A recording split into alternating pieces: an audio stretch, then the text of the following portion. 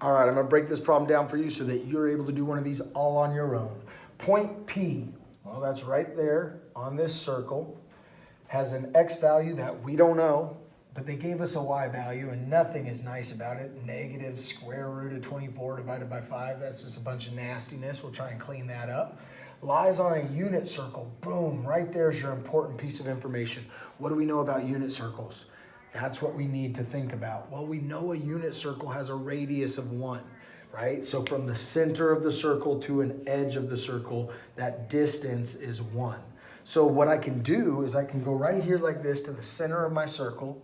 I can draw a line straight to the point, and I know for a fact that that radius has to be worth 1. Okay? Now, once I've created that, I want us to think about what else we can create. We're trying to find an X and a Y value, but what we can do is we can make what is a right triangle from our x-axis and then drawing straight down to the point. So if you think about it, we now have a 90-degree angle there. What we just created was a right triangle. Now, why are right triangles helpful? Because if we can have 2 of these points, right? If I get any 2 points, I can find the third missing point by using the Pythagorean theorem. So basically we're using our Pythagorean identity here. Let's imagine that point right there is where P is. We already know that from the center of the circle to point P, because it's a unit circle, that distance is 1. Now we go back up to the information given. They gave us a Y value. A Y value is our movement up and down on the XY axis. So we're basically starting right there and going, how far down did I go? Well, that would be this value right here. And I can put it, so notice that this point corresponds to this point in my picture over here, going straight down to P. So what do we know about this leg?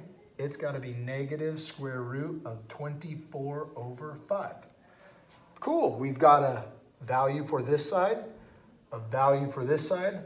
We got to find the missing value. So we go to the Pythagorean theorem. A squared plus B squared equals C squared. Let's think about what goes where. 1 is the hypotenuse. It's opposite of the right angle. And that is always saved for the C value. So I want to change my C right now. Just replace it and put in a 1.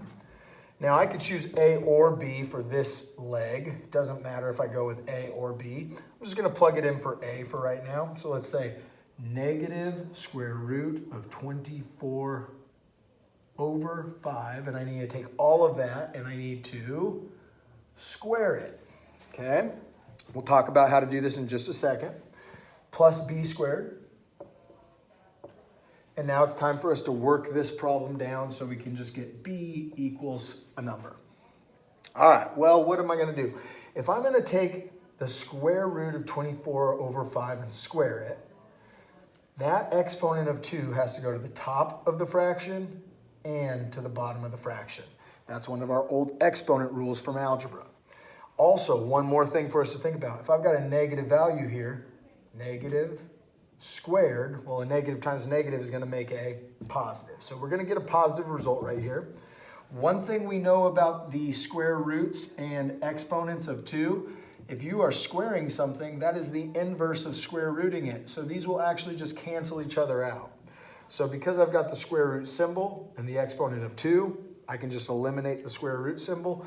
So square root of 24 squared is really just 24. It just eliminates both of them. They're inverse operations.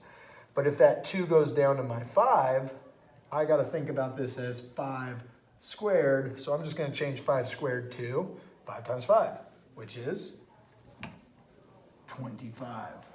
All right, we took this information here, squared it, and we're left with 24 25ths. Now, we still have plus B squared. It's still equivalent to, I'll just change that to a 1 because 1 squared is just 1 times 1. Now I've got all this information here. I need to move this term, this information, over to the other side so I can isolate B. So let's just subtract 24 25ths, cancels. Take away 24 25ths from 1. Well, if I take 24 25ths away from 1, I'm left with just 1 25th. So right now I've got b squared equals 1/25.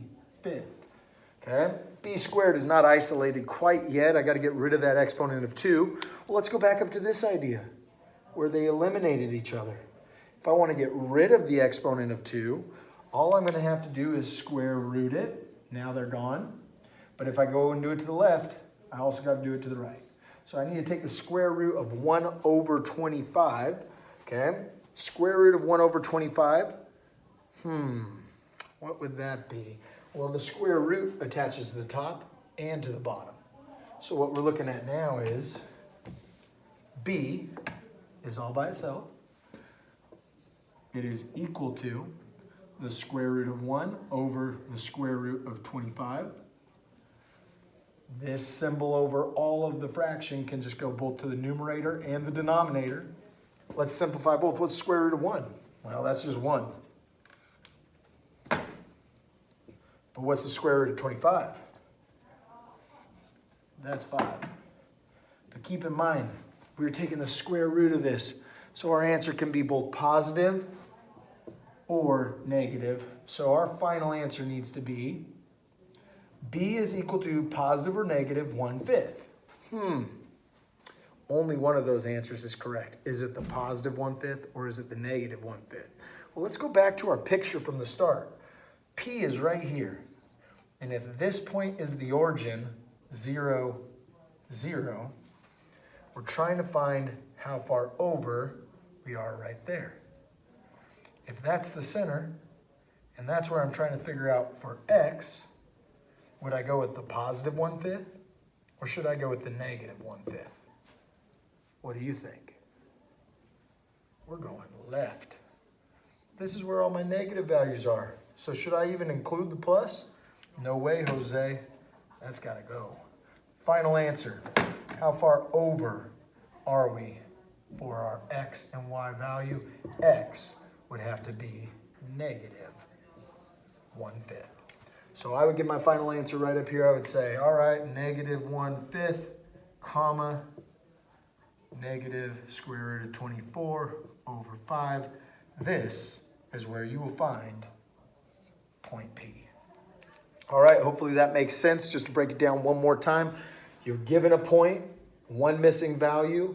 Because it's a unit circle, you know your hypotenuse to your triangle created is going to have to be a 1. That's super helpful because we need 2 of these points. We need either both legs to find the hypotenuse, or we need a hypotenuse and a leg to find a missing leg. There's the algebra behind the work. Make sure we're using inverse operations to cancel and simplify what we can, and study hard. You should be just fine, and good luck on your upcoming test.